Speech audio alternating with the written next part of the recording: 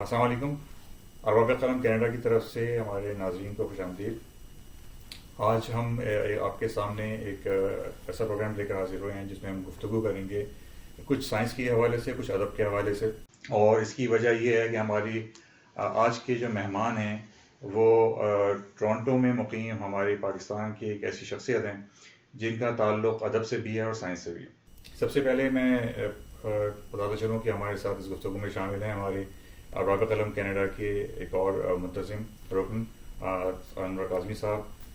اس کے علاوہ ہمارے بہت اچھے دوست رضوان صاحب ہمارے ساتھ موجود ہیں جو خود نثر نگار ہیں، مزاح نگار ہیں، اور ہماری آج کی جو مہمان شخصیت ہیں وہ ہیں ڈاکٹر انور نسیم صاحب، ٹورانٹو میں مقیم، جو کہ پاکستان کا اثاثہ ہیں، ادیب ہیں، افسانہ نگار ہیں اور سائنسدان ہیں۔ آج 5 جون 2022 اور اتوار کا دن ہے، اور ہم اس وقت ڈاکٹر انور نسیم صاحب کے دولت قدرے پہ موجود ہیں۔ ڈاکٹر انور نسیم صاحب نہ صرف یہ کہ افسانہ نگار ہیں، ناول بھی انہوں نے ناولٹ لکھا ہے، وہ مزاح نگار بھی ہیں، بلکہ ان کا ایک اور حوالہ ان کی ادب کے حوالے سے، ان کا ایک اور حوالہ ان کی سماجی خدمات ہیں۔ انہوں نے ٹورانٹو میں، کینیڈا میں، اردو اور ادب کے حوالے سے لوگوں کو اکٹھا کیا اور لوگوں کو جمع کیا، اور ادب کی اور زبان کی کے حوالے سے سرپرستی کی۔ اس کے علاوہ وہ ان کا جو بنیادی شعبہ ہے وہ ہے جینیات یا جینیٹکس۔ ڈاکٹر انور نسیم صاحب نے بہت سے پاکستان کے بھی اور دنیا کے بہت سے بڑے بڑے ناموں کے ساتھ کام کیا۔ ان کا شمار ان لوگوں میں ہوتا ہے، جب ہم پاکستان میں جو چند گنے چنے سائنسدانوں کی بات کرتے ہیں تو اگر آپ نے ان سب کے ساتھ کام بھی کیا ہے۔ انہوں نے پاکستان کے علاوہ سعودی عرب، یو کے، امریکہ، کینیڈا میں بھی سائنسی شعبوں میں مختلف خدمات انجام دی ہیں۔ اگر ہم بات کریں ادب کی، تو ادب کے حوالے سے کینیڈا میں انہوں نے جو ادبی سرگرمیاں تھیں ان میں ایک بہت اہم کام تھا ان کی انجمن سازی۔ وہ یہ تھی کہ کینیڈا میں جو 80 کی دہائی میں گورنمنٹ نے ملٹی کلچرلزم کی ایک پالیسی کے تحت national federation of Pakistani Canadians بنائی۔ اس کے مرکزی کنونشن میں صدر منتخب ہوئے، 2 دفعہ صدر منتخب ہوئے۔ اس کے علاوہ انہوں نے جو مختلف دیگر تنظیمیں تھیں اسی حوالے سے ان کو بھی جمع کیا ایک ہی بینر تلے، اور اس کے علاوہ ایک خبر نامہ جائزہ کے نام سے شائع کیا۔ فیض فاؤنڈیشن کی ٹورانٹو میں انہوں نے بنیاد رکھی۔ وزاداری اور ادبی موضوعات پر ان کی گرفت کا اعتراف ادبی دنیا کے بہت بڑے بڑے ناموں نے کیا ہے۔ بلکہ ان کے حوالے سے ایک کتاب ہے، اس کا کتاب تو وہ ایک کتاب ہے جس میں اگر آپ صحبت گول کے نام سے، اس میں آپ کو وہ تمام آپ کو بہت سے بڑے بڑے نام ملیں گے شعری دنیا کے، نثر کی دنیا کے، ڈرامے کی دنیا کے۔ ڈاکٹر صاحب کے بہت سے ایسے شاگرد ہیں جو کہ اس وقت پاکستان کے ادبی منظرنامے میں بھی موجود ہیں۔ ان کا ایک اور پہلو ان کی شخصیت کا وہ ہے حب الوطنی اور علم دوستی۔ تو انہوں نے نہ صرف یہ کہ یہ سب جو ادبی تنظیموں کے حوالے سے کام کیا اور جو انہوں نے لکھا، انہوں نے پاکستان میں نوجوانوں کو سائنس کی تعلیم کے حوالے سے ان تک پہنچانے کے لیے اس حوالے سے کافی کام کیا ہے، اور ان کو باقاعدہ حکومت کی طرف سے بھی ان کو مشیر مقرر کیا گیا۔ ان کو مختلف عہدوں پہ ڈاکٹر صاحب کی کئی کتابیں شائع ہو چکی ہیں سائنسی موضوعات پر بھی اور ادبی موضوعات پر بھی، جن میں سے ان کے افسانوں کا ایک مجموعہ ہے یہ قربتیں، وہ قربتیں، یہ فاصلے، جس میں ان کے افسانے بھی شامل ہیں، ان کا ایک ناولٹ بھی شامل ہے۔ تو اور سب سے بڑھ کر یہ کہ آپ کو صدارتی تمغہ برائے حسن کارکردگی اور ستارہ امتیاز اور دیگر ایوارڈ دیے گئے۔ تو ڈاکٹر نسیم صاحب بہت شکریہ، آپ نے ہمیں وقت دیا۔ ہم آج آپ کے حوالے سے کچھ بات کریں گے، آپ سے کچھ سوالات کرنا چاہیں گے اور آپ کے خیالات جاننا چاہیں گے، کچھ ادب کے حوالے سے، کچھ سائنس کے حوالے سے، کچھ ان دونوں کے حوالے سے۔ تو سب سے پہلے تو ڈاکٹر صاحب یہ بتائیے کہ یہ ہم بات کرتے ہیں یہاں اکثر ادب کی بات ہوتی ہے اور اکثر ہم بات کرتے ہیں سائنس کی، تو یہ جو علوم ہیں جن میں ہم ان کا موازنہ کرتے ہیں، ان کا مقابلہ کرتے ہیں، سائنس اور ادب کا مقابلہ کرتے ہیں، تو آپ کا کیا خیال ہے کہ ہم علم ہے کہ اس کو خانوں میں بانٹنا چاہیے، بانٹا جا سکتا ہے؟ نہیں، میرے تو خیال میں اس کی قطعاً کوئی نہ ضرورت ہے، نہ اس کا کوئی بیسس یا جواز ہے، اس لیے کہ سائنسدان بھی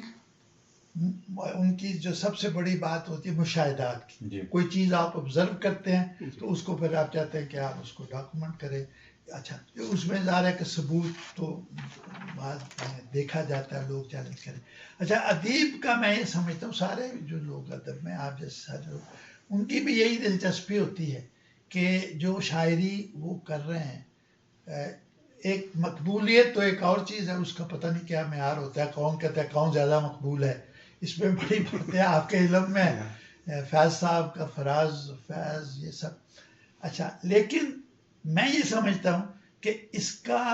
فیصلہ یہ جو تثلیث سے کہہ لیں یا ٹرائنگل کہہ رہے ہیں، اس میں وہ ادب اور سائنس اور پھر قاری جو ہے، جو پڑھتا ہے کتابوں کو اور وہ اپنے طور پہ یہ فیصلہ کرتا ہے کہ یار یہ بہت اچھی شاعری ہے، میں اس کو زیادہ دلچسپی سے مجھے پڑھنا چاہیے، پھر دوبارہ وہ ساری چیزیں کرتی. تو اس لیے وہ کاریگر ہو، لیکن کاری کے لیے فوری طور پہ کوئی فیصلہ کرنا تو مشکل ہوتا ہے، 10 سال بعد، 5 سال بعد، 20 سال بعد. اچھا، اب یہ ہے کہ ظاہر ہے اگر آپ غالب کی مثال دیں گے تو پھر کوئی کچھ بھی نہیں کہے گا، سوئم کے پرنسپل یا اور بھی بے شمار ایسے نام ہیں جو آپ سب کے علم میں. فیض صاحب سے میری عقیدت کا جو زیادہ ایک جواز کہہ لیں کہ وہ کنٹمپریری تھے، وہ اس وقت لکھ رہے تھے کہ جو بھی انہوں نے لکھا، چلے چلو کہ یہ منزل ابھی نہیں آئی، اس میں نے ایک ہی مضمون لکھا تھا، جانے کیوں، اور وہ نوائے وقت میں بھی شائع ہوا، وہ اردو کینیڈا میں بھی شامل ہوا. بہت سے دوستوں نے اسے پڑھا اور انہیں کہا کہ صاحب یہ ایک بات ہے، آپ کے دل میں وہ درد ہے. اس پہ لوگوں نے کامنٹ کیے اس کتاب صحبت گل، بہت سارے لوگوں نے، کہ درد دل رکھتے ہیں یہ. اچھا، تو اس کے بعد پھر مجھے یہ محسوس ہوا کہ میں اس طرح صرف لکھنے سے تو بات نہیں بنے گی، نوجوان نسل تک یہ پیغام پہنچانا چاہیے کسی صورت میں. تو اب یہ آپ سے میں بتاؤں کہ میرے ایک دوست ہیں یا امریکہ میں رہتے ہیں، وہ ڈیو فرانس، ان سے میری ملاقات ہوئی تھی پولینڈ کی ایک میٹنگ میں، اور اتفاق سے ہم دونوں ایک ہی میز پہ بیٹھے ہوئے تھے، تو یہ باتیں شروع ہو گئی کہ کیا یہ جو کچھ ہم بات کرتے ہیں. اچھا، وہاں پہ ظاہر ہے کہ سیفٹی جو لوگوں کی، کہ جو لوگ ان مراکز میں کام کرتے ہیں کہ جہاں ان کے ایکسپوز ہونے کا خدشہ ہے، اور اس میں سب سے بڑا بات کینسر کی ہمیشہ مثال دی جاتی ہے. تو اس لیے ہم نے لکھنے شروع کیا. وہ دو تین پرچے ایسے میرے پاس انگریزی میں چھپے بھی ہیں کہ بھائی وہ مختلف. ٹیری ٹیلر ایک میرا دوست ہے جو امریکہ میں رہتا ہے، وہ اس نے ایک رسپانسبل کانڈکٹ کی بات کی کہ جو بھی بات آپ کریں آپ ذمہ داری سے اس کو بات کریں، بلا سوچے سمجھے ایسے آپ کہہ دیں کہ صاحب یہ ہونا چاہیے، وہ بھی ہے. تو اس لحاظ سے میں یہی سمجھتا ہوں کہ جو بھی میں کر سکا وہ میں کرتا رہا ہوں اور کرتا رہوں گا. یہ نہیں کہ اس لیے کوئی آپشن ہی نہیں ہے اس کے علاوہ کیا وقت. اور پھر میں نے پہلے بھی شاید آپ سے شیئر کیا تھا کہ جب ہم پاکستان کو دیکھتے ہیں تو 2-4 نام جو ایک چھوٹی سی کتاب میں نے کمپائل کی تھی آپ کے نظر میں، اس میں ظاہر ہے کہ عبدالستاری دی صاحب سر فہرست، یا پھر حکیم سعید صاحب کا نام آتا ہے. اچھا، اس کے بعد اختر حمید خان صاحب کا بڑا کام ہے، کرنگی میں انہوں نے کراچی میں جو اتنے کام کیے جی. اچھا، اور ایک خاتون ہے، وہ پاکستانی نہیں تھی لیکن انہوں نے یہ جو بچوں میں بیماریاں ہوتی ہیں جس سے وہ بچوں کو مینٹلی بلاک ہو جاتے ہیں، اس پہ بڑی خدمات کی، وہاں کراچی میں رہی، ان بستیوں میں گئی، وہ اردو سیکھی انہوں نے. تو یہی میں سمجھتا ہوں کہ یہ مختصراً تو یہی بات ہے. بہت شکریہ ڈاکٹر صاحب، آج آپ نے ہمیں خصوصی طور پر اپنی رہائش گاہ پر مدعو کیا اور یہ موقع فراہم کیا کہ ہم آپ سے کچھ سیکھ سکیں. میرا سوال آپ سے یہ ہے کہ ماشاء اللہ 6 دہائیوں پر مشتمل یہ ادبی اور سائنسی سفر اللہ سے ایسے ہی جاری و ساری رکھے.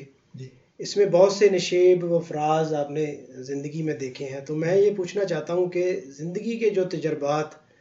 آپ نے دوران تعلیم، یا تربیت یا مشاہدہ کے زور پر دیکھے، اس کا عملی زندگی میں اور پھر ادبی اور سائنسی زندگی میں کتنا عمل دخل ہے؟ اس میں یہ ہے رضوان کہ میں یہ سمجھتا ہوں کہ نشیب تو ڈھونڈنے پڑیں گے، اور اس میں مجھے جو بات جسے آپ سب واقف بھی ہے کہ شہرت کے حصول کے لیے یا تو ایسے لوگ ہیں کہ جو ایک شعوری کوشش کرتے ہیں، جو کسی حوالے سے نام لینا شاید مناسب نہ ہو، نام آپ اچھا، اور وہ مستقل اس سوچ میں رہتے ہیں کہ بھائی میں یہاں آئے لوگ، بہت سے لوگ آئے ہیں، کوئی نام بڑے صغیر کا ایسا نہیں ہے، یعنی آپ چاہیں تو وہ گوپی چند نارائن اور شمس الرحمان فروزی کا نام لوگ اس لیے لیتے ہیں کہ انہیں حکومت پاکستان نے بھی جو ہمارا ہائیسٹ ایوارڈ نشان امتیاز ہے وہ دیا تھا. اچھا، اس پہ بھی ہمیں کوئی ایسا اعتراض نہیں، لیکن صرف مجھے یہ خیال آتا ہے کہ ایک جو ریسیپروکسٹی میوچل جو کہ ہندوستان سے بھی ان کو ان کی حکومت کو چاہیے، ہمارے پاس ایسے نہیں کہ ہمارے لوگ ہی ایسے نہیں ہیں. اچھا، اس میں پھر یہ ہوتا ہے کہ بعد میں آپ کو یہ احساس ہوتا ہے کہ یار کہیں میں اپنی کاوش یہ ضائع تو نہیں ہو رہی، لیکن اب ظاہر ہے کہ وہ جو کچھ ہو چکا ہے اس کی تو اب کوئی اس کو تو ہو نہیں سکتا، لیکن اس سے یہ مقصد ہرگز نہیں ہے کہ میں وہ کوشش چھوڑ دوں. اور اب یہ نہ کہوں کہ صاحب یہ بڑے اچھے آپ جیسے صاحب علم لوگوں سے بات کرنے کا یہی افادیت ہے کہ میں آپ کو صاحب یہ ہے. اور باقی فراز میں تو میں نے آپ کو بتایا کہ فراز تو یہی ہے کہ میں نے بہت گین کیا پرسنلی، ذاتی طور پر میں نے بہت گین کیا، بہت سیکھا. سٹائل کے حوالے سے میں نے کتابیں بھی پڑھی سب کی، ان سے میں بات کر رہا تھا، وہ شکیلہ جو ہیں ان کی کتاب بڑی دلچسپ انداز ہے ان کا، بار آپ کو ایسے فریز نظر آئیں گے جس میں وہ تسلسل کا ذکر کرتی ہیں، مدعی کا ذکر کرتی ہیں. تو میں آپ لوگوں کو بتاتا چلوں کہ ڈاکٹر صاحب نے اٹامک انرجی کینیڈا میں اپنے اٹامک انرجی کے حوالے سے بھی یہاں پہ اس میں بھی کام کیا، اور جینیٹکس کا ہم نے شروع میں ذکر کیا کہ ان کا اصل میدان سائنسی حوالے سے جو جینیٹکس کا ہے، تو انہوں نے جو کلوننگ کا ہوا تھا، آپ نے غالباً کہیں لکھا تھا کہ جو کلوننگ کی گئی تھی جن صاحبہ نے جو صاحبہ اس پروجیکٹ میں شامل تھی، آپ نے شاید ان کے ساتھ بھی کام کیا ہے کچھ ایسا جی، تو وہ اس پر ہم آئیں گے آخر میں. ہم تھوڑا سا اس سے پہلے ادب کے حوالے سے آپ سے کچھ اور بات کرنا چاہیں گے. اور یہ بتائیے، یہ جو سائنسی ادب، ہم اکثر لوگ سائنسی ادب کا ذکر کرتے ہیں اور باقاعدہ لکھتے ہیں پھر ہم، تو آپ اس کے بارے میں آپ کا کیا خیال ہے کہ کیا سائنسی ادب کوئی الگ سے ادب ہم کہلا سکتا ہے؟ سائنسی ادب مجھے نہیں معلوم جی کس کو میں کہوں کہ یہ ادب جو ہے یہ سائنسی ہے، یا یہ جو سائنس ہے اس میں ادب کا بڑا امپیکٹ ہوا ہے کہ کسی بڑے شاعر کی شاعری کو پڑھ کے یعنی مصرے تو بلا تعداد ہیں، وہ آپ کے علم میں بھی، تو مجھے تو اس میں کوئی ایسا کبھی نظر نہیں آیا فرق. اور کوشش میں نے اپنے جاری رکھی اور جاری رکھوں گا. باقی یہ میں آپ سے بتاؤں مثال کے طور پہ یہ بانو قدسیہ اور اشفاق ماڈل ٹاؤن میں رہتے تھے، انہوں نے مجھے فون کیا تھا کہ ڈاکٹر صاحب آپ آئیں، ہم آپ کو وہ بھی کھلائیں گے اور یہ بھی کھلائیں گے، تو آپ ہمیں بتائیے کہ یہ کلوننگ کیا چکر ہے. میں نے کہا بھائی کوئی چکر نہیں ہے، اس میں چکر کیا ہونا ہے، سائنس میں چیزیں چل رہی تھیں. ایک بہت بڑا سائنٹسٹ امریکہ میں، اس کو نوبل پرائز ملا، اس نے ایک ٹیکنیک دیکھی کہ جس میں یہ ہوتا ہے کہ اگر آپ کو یہ معلوم ہو کہ کسی جو بھی جو آبجیکٹ ہے آپ کا وہ پورا سیکوینس اس کا معلوم ہو، ڈی این اے کا سیکوینس جو بھی ہے ATGC وہ معلوم ہے، تو پھر آپ اس کو ریپلیکیٹ کر سکتے ہیں دوبارہ. اور یہی ہیومن کلوننگ کے بعد اب لوگوں نے یہ کہا کہ صاحب دنیا میں 6 بلین لوگ تو پہلے ہی موجود ہیں، تو اب آپ چاہتے ہیں کہ ہماری جو نسلی ایک اور کاپی بن جائے، اس میں مزید اضافے کیے جائیں، تو اس کی کوئی جواز تو نہیں. اچھا جی، میرا سوال اسی سوال کے ساتھ منسلک ہی ہے کہ سائنس فکشن اور ادب دونوں کو مغرب میں تو ادب کے طور پر لیا جاتا ہے، لیکن شاید بر صغیر پاک و ہند میں سائنس فکشن اور سائنسی ادب کی شناخت بہت واضح طور پر ہمیں نظر نہیں آتی. جی جی. تو اس کو ہم اردو کے تناظر میں کس طرح ایک سائنس فکشن یا سائنسی ادب کو ایک نارمل جو ادیب لکھنے والا ہے، جو یا جس طرح ہم دیکھتے ہیں کہ ادب کی بعض جو کتب ہیں ان میں نفسیات یا فلاسفی کا علم کسی حد تک استعمال کیا جاتا ہے، لیکن سائنس کا استعمال اس حد تک نہیں ہے. وہ کہتے ہیں کہ صاحب یہ ایک سائنس میں پرچہ آپ نے چھاپ لیا. اب بعض جگہیں ایسی ہیں پاکستان میں بے شمار جہاں پہ کوئی ایک آدمی تنہا، اس کے پاس کوئی ریسورسز نہیں ہے، اس کے پاس کوئی فیسلٹیز نہیں ہے، کوئی لیبارٹری میں اس کے پاس یہ نئی جو ٹیکنالوجی آئی ہے یہ سارے انسٹرومنٹس نہیں ہیں. اس کے برعکس یہ جو کراچی کا ایک ادارہ جس کی بہت دنیا میں شہرت بھی ہے، یہ حسین ابراہیم جمال،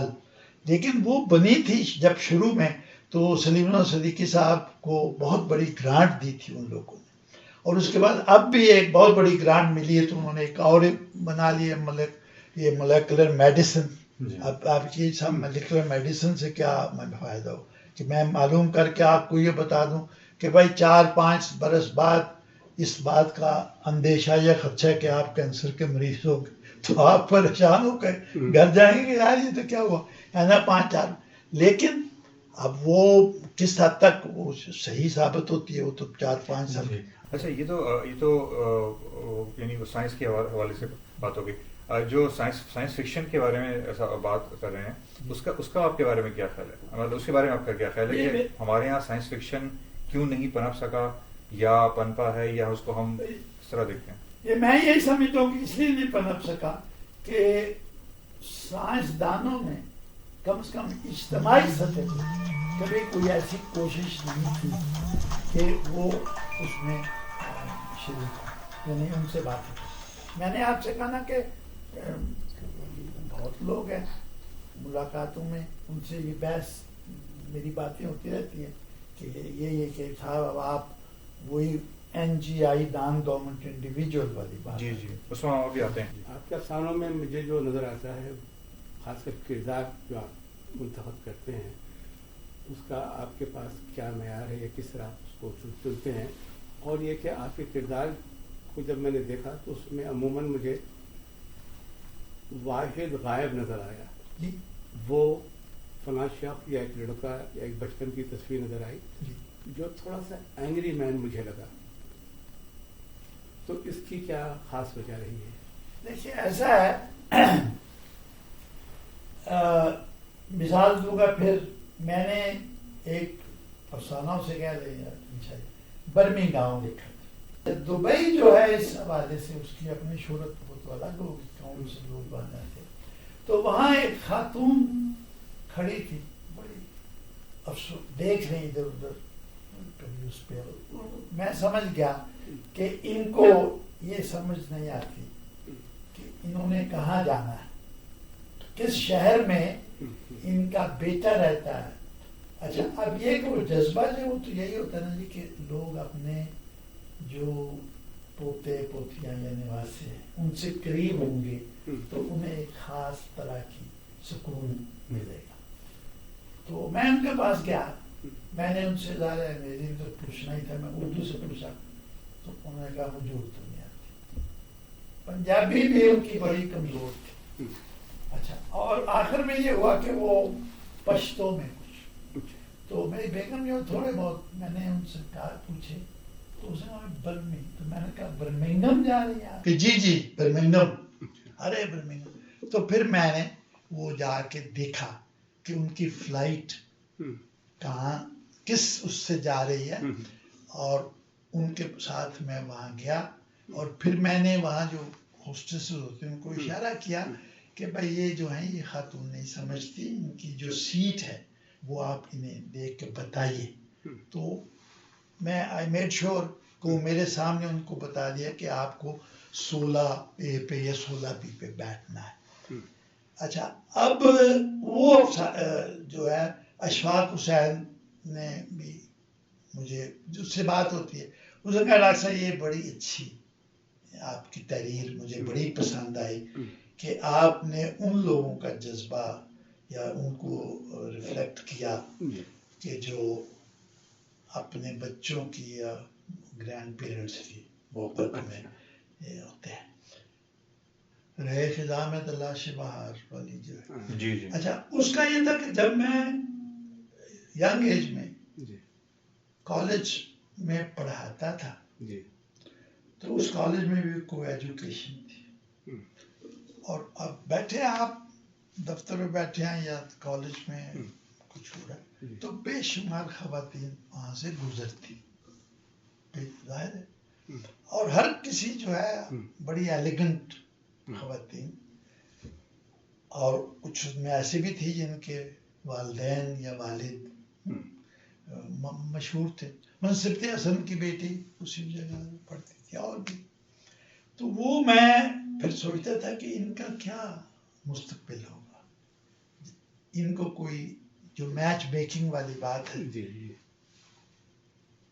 تو وہ جو میں نے اس میں ایک ہی بار بار جو گھونگھٹ کے پٹ کھول کے تجھے پیا ملیں گے تو پیا کہاں سے آنے والے ہیں اور کیا کوئی شہزادہ آئے گا ان کے لیے اس طرح سے. تو اس پہ میں نے اس بنا پہ وہ لکھا ہے اور اس کی تعریف ہوئی. اور دوسرا جو میں نے آپ سے جو دھرتی اور آکاش وہ بالکل ہی ایک ہٹ کے ہے اس بات سے کہ جب جس انداز میں عورتوں کو استحصال کے طور پہ مثلا یہ آپ کے علم ہے کہ اسمگلنگ میں ناولٹ کی بات کر رہے ہیں آپ؟ جی آپ ناولٹ کی بات کر رہے ہیں؟ جی جی جی جی جی. اور بھی آپ کا ایک مجموعہ جو ہے افسانوں کا وہ تو ہم نے پڑھا یہ قربتیں وہ قربتیں فاصلے اور اس کے علاوہ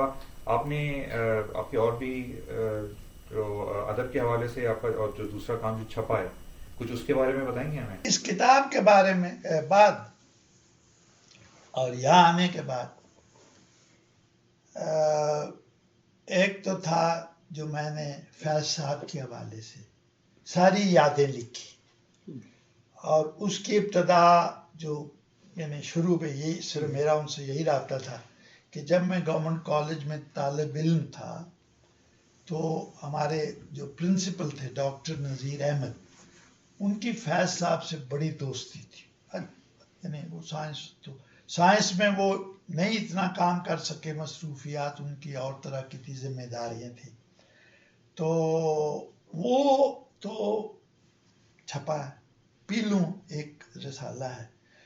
ملتان سے وہ شائع ہوتا ہے. تو آپ کی جو کتاب تھی وہ فیض صاحب کے بارے میں تھی؟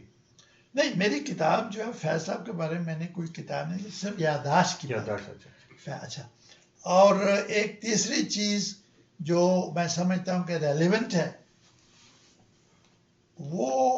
ہے کہ میں نے ایک لکھا تھا کہ وہ تو کتنے پرپیج مرال کا میں نے ذکر کیا, اس کا بھی کیا کہ اس کا عنوان تھا کہ میں وہ حیرت ہوں کہ دنیا کیا سے کیا ہو جائے گی. اچھا, وہ آپ کے کیا کچھ ہو رہا ہے کہ یہاں یہ سارا سلسلہ بھی اسی کا ایک حصہ ہے. تو اس کا بنیادی جو میسج تھا وہ یہ تھا کہ میری فیملی اسی طرح سے ہے, میں سب سے بڑا, میری بہنیں ہیں, ان کے بچے ہیں, تو اس میں سے کبھی میری کسی نواسی کی سالگرہ ہو تو میری خواہش ہوتی ہے کہ میں اس ٹیکنالوجی کا بھروسہ کر کے تو میں نے وہ سارا کچھ کیا. اچھا, اور آخر میں نے ان سے یہ کہا, اب یہ بات میری سمجھ میں نہیں آئی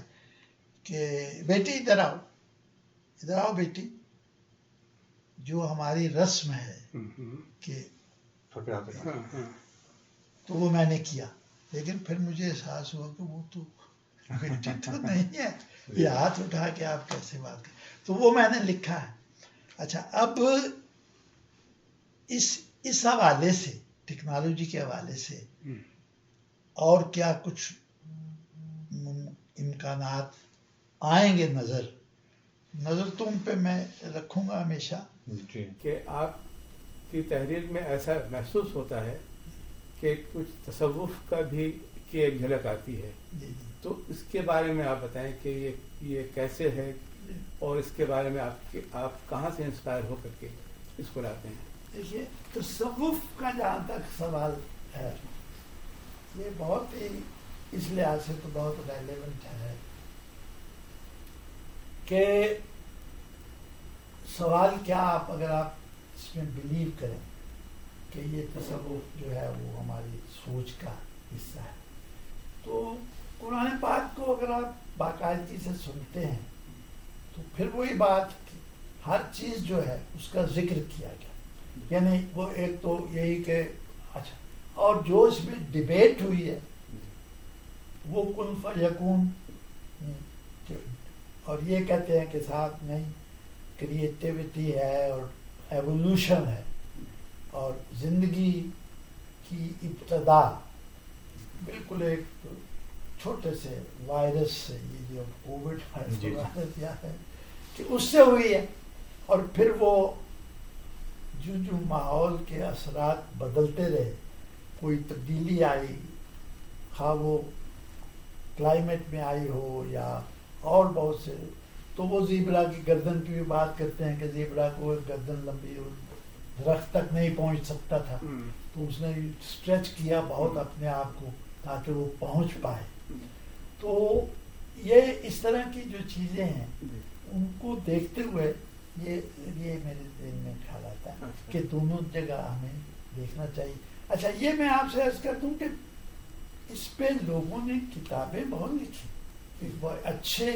ایرانی اسکالر ہے کس پہ یہی مذہب اور سائنس کے حوالے سے. ایران میں مثلا ایران کی آپ سوچ ایرانی لوگوں کی ایرانی قوم کی سوچ آپ سمجھتے ہیں جانتے ہیں اسی لیے بار بار اگر تذکرہ کیا جاتا ہے تو یا ایران کا تذکرہ ہوتا ہے یا روس کا تذکرہ ہوتا ہے یا چین کا تذکرہ ہوتا ہے. میں سیاسی حوالے سے بات کروں تو لیکن وہ میں سمجھتا ہوں اس سے کوئی مجھے کوئی لکھنے میں کوئی انسپریشن میرے لیے نہیں ہے لیکن وہ انفارمیشن میرے لیے نظر میں رہتی ہے ہمیشہ متاثر ہے. اچھا تو یہ جو آپ نے افسانوں کے علاوہ آپ نے ناول لکھا آپ نے مزاح بھی لکھا تو آپ مزاح بھی لکھا تو اس کے حوالے سے کچھ بتائیے آپ کا کیسا تجربہ رہا وہ آپ کا. آپ جیسے دوست لوگ کہتے ہیں کہ ڈاکٹر صاحب آپ جو ہے نا مجلسی آدمی ہیں آپ کی باتیں بہت مزہ آتا ہے آپ کی کامنٹس کسی چیز پہ. کبھی کبھی میری اسٹوڈنٹس جو تھی وہ بھی آتی تھی کہ ڈاکٹر صاحب یہ ہے وہ تو باتیں ادھر ادھر سے کرتے رہتے. اچھا ان کا یہ خیال ہے کہ جو کہ پطرس بخاری تھے پرنسپل گورنمنٹ کالج لاہور کے وہ میرے زمانے سے بہت پہلے بہت یو این میں چلے گئے اور ان کا وہ تو آپ کو مشہور جو ہے کہ انہوں نے کہا پھر ایک ٹیک انادر چیئر کوئی صاحب جو ان سے ملنے آئے تھے انہوں نے کہا جی میں ہوں جمال احمد اور میں اس میں گریڈ 22 میں افسر ہوں اور آپ سے ملنے کا مجھے شوق تھا. تو میں نے کہا اچھا ملیے مجھ سے میں بیٹھا ہوں یہ آپ نے اس کی چیئر ہے وہاں بھی ہم بہت دفعہ جاتے تھے کیونکہ اسٹاف پہ. تو انہوں نے اپنی گفتگو پھر بھی جاری رکھا مزید بتایا تو پھر انہوں نے بالآخر مجبور ہو کے یہ کہا کہ ٹیک انادر چیئر 2 لے لیں آپ کرسیاں ایک بجائے آپ 2 کرسیاں لے لیں کیونکہ آپ گریڈ 22 کے آدمی ہیں. اچھا تو اس پہ پھر وہ پہلا جو میں نے جو اسی میں وہ تھا کہ یقین کیجئے کہ اچھا اب یقین کیجئے کہ میں یہ تھا کہ بھائی ہم لوگ طالب علم ہیں فوکس تو ہمارا ہونا چاہیے باٹنی پہ جو ہم پڑھ رہے ہیں کہ پودوں کے بارے میں سوچیں لیکن سوچ ہماری جو ہے یا ہماری جو ڈریمز ہیں جو خواب ہیں وہ تو کبھی ہم سوچتے ہیں کہ یار مدھو بالا بہت اچھی ایکٹریس ہے ماشاء اللہ کیا بات ہے مدھو بالا کی یا نمی کی آپ داغ کا اس طرح تو اسی طرح کی کوئی ہے اور اس کے علاوہ میں نہیں سمجھتا کہ اس میں میرا کوئی اچھا. یہ بتائیے کہ آج کل کے جو لوگ لکھنے والے ہیں، آپ پڑھتے ہوں گے جو آج کل کی تحریریں ہیں، ان میں آپ کو کیا لگتا ہے کہ جمالیاتی رچاؤ جو ہے اس کی کچھ کمی ہے؟ جمالیاتی رچاؤ کی کمی جو ہے، بات تو پھر اس میں آ جاتی ہے کہ جن لوگوں کو ان چیز سے لگن ہے، جمالیاتی لگاؤ، جو دیکھتے ہیں، پہچانتے ہیں، وہ تو ضرور اپنی تحریر میں کسی نہ کسی طرح ضرور ریفلیکٹ ہوتا ہے۔ اب میں کیا یعنی مطلب یہ بتائیے کہ جو آج کل جو افسانہ لکھا جا رہا ہے اس میں کیا اکھڑ پن اور کھدرا پن زیادہ آ گیا ہے پہلے کے مقابلے میں؟ نہیں، دیکھیے، یہ میں نہیں کہہ رہا ارتقاء کا تو معاملہ الگ ہے، لیکن مجھے یوں لگتا ہے کہ شاید یہ جو لوگ اب افسانے لکھ رہے ہیں، نوجوان لوگ، وہ کچھ اس طرح سے پریشان ہو گئے ہیں، یعنی آمدنی کتنی ہے، خرچ کتنا ہے، پیسہ کہاں سے آئے گا، تو پھر تو بات نہیں بنتی۔ زندگی کا رومان جو ہے اس کے مقابلے میں عملیت آپ کو زیادہ نظر آتی ہے؟ بہت نظر، مجھے تو نظر آتی۔ اچھا، اس میں پھر وہ اس کی وجوہات میں نے آپ سے کہا نا کہ دیکھیے، بات یہ ہے کہ جو شخص صبح اپنے گھر سے نکلتا ہے کہ میں چند کچھ پیسہ کما کے لے آؤں، تو وہ کیا کرے گا؟ سڑک پہ بیٹھ جائے گا کوئی آدمی، یا مجھے یہاں ایک ہندوستانی صاحب ہے، ان سے میری ملاقات کری تھی، تو میں نے کہا ہندوستان، وہ کہتے صاحب ایسا ہی تو فرق نہیں، غربت کر کوئی، تو وہ اب سوچتا ہے کہ صاحب میں کیا کروں، تو پھر اس کی سمجھ میں آتا ہے کہ یہ تو کوئی بات نہیں بنی، تو پھر کیا کریں؟ پھر نیکسٹ اسٹیپ یہی ہے کہ وہ یا تو کسی کے پاس جا کے وقتی طور پہ کچھ قرض لے، لیکن یہ تو آپ کے علم ہے کہ آج کل بغیر کسی توقع کے، بغیر کسی ضمانت کے، بغیر کسی ایشورنس کے قرض کون دے گا آپ کو؟ اس طرح کے واقعات ہوتے رہتے ہیں زندگی میں، لیکن ان کو اپنی تحریر کا حصہ بنانا میرا خیال میں کرتا ہوں۔ مطلب اتنا آپ کو ضروری نہیں ہے کہ آپ اس کو اتنے زیادہ جی اس کو لکھیں، آپ ہر چیز کو لکھنا، ہر چیز کو لکھنا، اس میں یا ہر چیز کو، یا ہر یا اسلوب کی بات ہے نا؟ جی اسلوب، بالکل، یہی لفظ اسلوب کی بات۔ ایک سوال میرا یہ ہے کہ آج کا افسانہ نگار تجریدیت کی طرف جاتا ہے، جی علامات، تشبیہات، استعارے بڑے اس کے مختلف ہوتے ہیں، پہلے کے زمانے سے نہیں۔ جی بالکل۔ شاید اس کی وجہ ایک بنی ہے کہ افسانہ نگار اور قاری کے درمیان فاصلہ بڑھ گیا ہے، یا قاری اب کم رہ گا، افسانہ پڑھنے والے کم رہ گئے، اور وہ اس کی کیا آپ کیا کہتے ہیں کہ اس کو کیسے اس مسئلے کو حل کیا جا سکتا ہے؟ دیکھیے، قاری کم رہ جانے والی بات جو ہے بالکل درست میں یہ سمجھتا ہوں۔ آپ کا اپنا ایک تجربہ، آپ جیسے لوگ ہیں، وہ لوگ اس شہر میں اگر 4 لوگ 10 لوگ افسانہ پڑھتے ہیں شوق سے، اور ان کو لگتا ہے کہ یہ جو سمبل ہے یہ بڑا بامانی ہے، ٹھیک، لیکن میں تو نہیں سمجھتا کہ اس طرح یہ صورت ہے۔ آپ کینیڈا میں بار بار یہ بات کہتا ہوں، میرے علم میں نہیں ایسے لوگ کہ جو شاعری کے حوالے سے، اچھا دیکھیں نا، شعر اور فکشن میں یہ بہت بڑا فرق ہے۔ میں نے جیسے آپ کے لوگوں سے کہا کہ بھائی جب کوئی شاعر پڑھتا ہے تو سامعین خوب بڑھ بڑھ کے داد دیتے ہیں، واہ واہ، سبحان اللہ، کمال ہے، پھر سے کہیے، دوبارہ پڑھیے، دوبارہ پڑھیے، تو وہ بڑی اچھی بات ہے۔ تو سائنسدان کیوں نہیں ایسے کرتے کہ جب سیمینار ہو رہا ہوتا ہے اور کسی نے کوئی اہم بات کی ہے تو وہ داد دیں پڑھ کے، کمال کر دیا، بہت، دوبارہ پڑھی۔ لیکن وہ بھی آپ نے قصہ سنا۔ اب میں بار بار کس حوالے سے کہ جب حالات بدلے ہوئے حالات کے تحت کسی جنرل صاحب کو دعوت دی گئی تھی صدارت کی، تو انہوں نے بڑے غصے سے کہا تھا کہ آپ لوگ غور سے سنیے، پہلی مرتبہ جی اور صاحب کیوں نہیں سن رہے بھائی, یہ دوبارہ بننے کی کیا ضرورت ہے. ایک دو آخر میں ایک دو چیزیں کہ مثلاً ایک دو چیزیں پوچھنا چاہیں گے. مثلاً یہ کہ آپ یہ بتائیے کہ آپ کے خیال میں جو یہاں نارتھ امریکہ میں جو لکھا جا رہا ہے, چاہے وہ افسانہ ہو, یہ شاعری ہو, جو بھی ہو, فکشن ہو, آپ کے خیال میں اس کا جو معیار ہے, آپ پاکستان اور ہندوستان کے حوالے سے یہاں جو لکھا جا رہا ہے, آپ اس کو کہاں دیکھتے ہیں؟ دیکھیے صاحب, بات یہ کہ پھر وہی ایک بات تو یہ ہے کہ میں یہ دعویٰ تو نہیں کر سکتا کہ جتنے لوگ نارتھ امریکہ میں ہیں اس وقت موجود ہیں ان سب کی چیزیں میں نے ساری تمام پڑھ رکھی تھی, وقت اس کی اجازت نہیں دیتا. اچھا, اب پھر اس کو آپ نے فکشن اور شاعری میں کرنا ہوگا کہ داد کا یا ناداد ملے گا. تو میں سمجھتا ہوں کہ غیر معیاری چیزیں لکھنے والے لوگ بہت ہیں. آپ اسی شہر میں میں نے بہت دیکھا. میں نے آپ سے پہلے بتایا تھا, یہ ایک صاحب نے, یہ محبوب شیخ نے, یہ جو ٹی وی 360 کے جو انٹرویوز ہوتے ہیں اس میں انہوں نے شروع میں مجھے کہا تھا کہ آپ آئیں,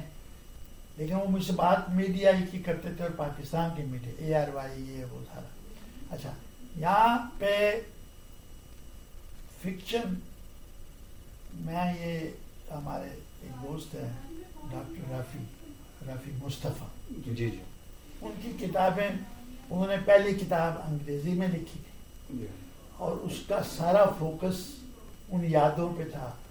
کہ جب وہ ہندوستان سے مائیگریٹ کر رہے تھے اور وہاں سے نکل گئے باہر, اور وہ بڑی اس لحاظ سے بڑی دلچسپ ہے. اس کے بعد انہوں نے 2 کتابیں اردو میں لکھی. اس میں ایک کا فوکس تو وہی ذاتی اس پہ تھا,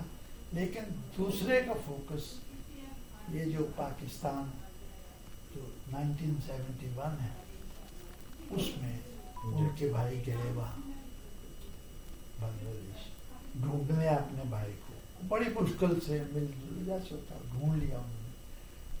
تو ان سے کہا کہ آپ میرے ساتھ چلیے. تو پھر ان کا جواب وہی تھا کہ نہیں, میں یہ علاقہ نہیں چھوڑوں گا, میری روٹس یہاں ہیں. تو اس لحاظ سے پھر ظاہر ہے کہ اپنے وطن سے محبت کرنے میں کوئی, آپ کی اپنی نظر میں جو افسانے لکھے جا رہے ہیں مستقبل میں اس کو کیسا دیکھتے ہیں, کس سمت میں دیکھتے ہیں, اس کی منزل کیا آپ کو دکھائی دیتی ہے آج کے افسانوں کے لحاظ سے آپ دیکھیں تو؟ دیکھیے, یہ جو منزل والا لفظ ہے نا, یہ بڑا مسئلہ ہے کہ یہ چیز کہاں, کس ڈائریکشن میں, کس ڈائریکشن میں, سمت کے اور کس سمت میں چلی جی. میں پھر بھی آپٹیمسٹ اس سینس میں ہوں کہ لوگ کوشش کر رہے ہیں, نوجوان لوگ, ان سے میرا اتنا زیادہ رابطہ نہیں رہا, لیکن کبھی کوئی اچھی چیز نظر آئے, نام کئی میں نے لیے, ان کو ذکر بھی کیا, لیکن کل کے بارے میں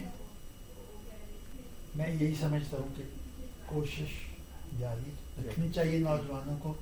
اور اسی شہر سے دیکھیے, ایسا نہیں ہے کہ یہاں اینڈی مرچنٹ, یہاں ایک صاحب ہے میرے دوست پرانے, وہ کنگسٹن میں رہا کرتے تھے 80s میں, اور انہوں نے بڑی ایکٹیولی حصہ لیتے تھے, اب بھی دلچسپی رکھتے ہیں. تو انہوں نے ایک آرٹیکل لکھا پہلے جو پبلش بھی ہوا, اس میں یہی پیغام تھا کہ نوجوانوں کو اس میں, اور انہوں نے یہ بھی کہا کہ ہم چلیں گے اور ایک پورا گروپ بنا کے چلیں گے, جب جانا ہوگا تو آپ کو بتا کے جائیں گے کہ ہم جا رہے ہیں, واپس آئیں گے پھر آپ کو بتائیں گے کہ اس کا کیا اثر ہوا. پھر انہوں نے ایک ایسا مضمون لکھا جو ان کی اپنے کوشش کہنے, جیسے ان کے ایک دوست ہے جو عمران خان صاحب سے, کہ ان کی نظر سے بھی گزرا, اب وہ اس کو پڑھیں گے اور اس پہ کیا کریں گے. کہتے تو وہ بھی روز ہیں کہ نوجوان جو ہیں وہی بھائی, تم نے جو بگاڑنا تھا وہ بگاڑ لیا, جی۔ اب آپ کہتے ہیں کہ اب ہمیں تو آپ معاف کریں، ہم تو ہو گئے ہمارے، اب آپ جانے اور یہ ملک جانے. تو اب یہ کوئی قتل یہ بات جسٹیفائڈ تو نہیں ہے، جی لیکن میں کیا کروں. جی نہیں، بہت شکریہ ڈاکٹر نسرین صاحب، آپ نے ہمیں اتنا وقت دیا. بات تو یہ ہے کہ ہم لوگ چونکہ ایک بے تکلف گفتگو تھی اور ہم لوگ وہی محفل میں تو ہم نے آپ کو ہمارا آپ سے ملنا جلنا تو رہا، لیکن ایک جو ڈائلاگ ہوتا ہے نا، ہماری خواہش ہوتی ہے ہمیشہ کہ جو ہمارے سینئر لوگ ہیں، بزرگ ہیں، ان سے ہمارا ڈائلاگ ہو تاکہ ہم ان سے سیکھیں. اور آپ سے گفتگو کر کے بہت اچھا لگا، اور آپ نے جتنا وقت دیا ہمیں بہت خوشی ہوئی. اور اس میں جو لوگ ہمارے ساتھ شامل رہے، انور کاظمی صاحب اور رضوان بھائی، جو اس میں انہوں نے جو بھی گفتگو میں حصہ لیا، تو ان کا بھی بہت شکر گزار ہوں. آپ نے ہمیں جو وقت دیا، آپ کا بہت شکریہ. اور آپ کو ہم نے اتنی تکلیف دی، ہم رات کو ہم آپ کے پاس آئے اور ہم نے لیکن یہ کہ ہمیں اچھا لگا، ہم نے آپ کے جو خیالات ہیں ان سے بھی آگاہی ہوئی، اور ہمیں جو ہمارے جو سننے والے ہیں، جو دیکھنے والے، ان کو بھی اندازہ ہو کہ یہاں پر ہمارے یہاں سائنسی حوالے سے بھی پاکستان میں، اور ادب، وہ لوگ جو کہ ادب اور سائنس دونوں سے تعلق رکھتے ہیں، وہ کیا کیا کام کر رہے ہیں. تو ان تک ظاہر ہے کہ یہ بہت ضروری ہے کہ آپ کے خیالات ان تک پہنچیں. تو بہت شکریہ. اور ارباب کلام کینیڈا کی طرف سے فیصل عظیم کو بھی اجازت دیجیے، آپ سب کو اجازت دیجیے. بہت شکریہ آپ لوگوں کا. بے حد شکریہ، بے حد.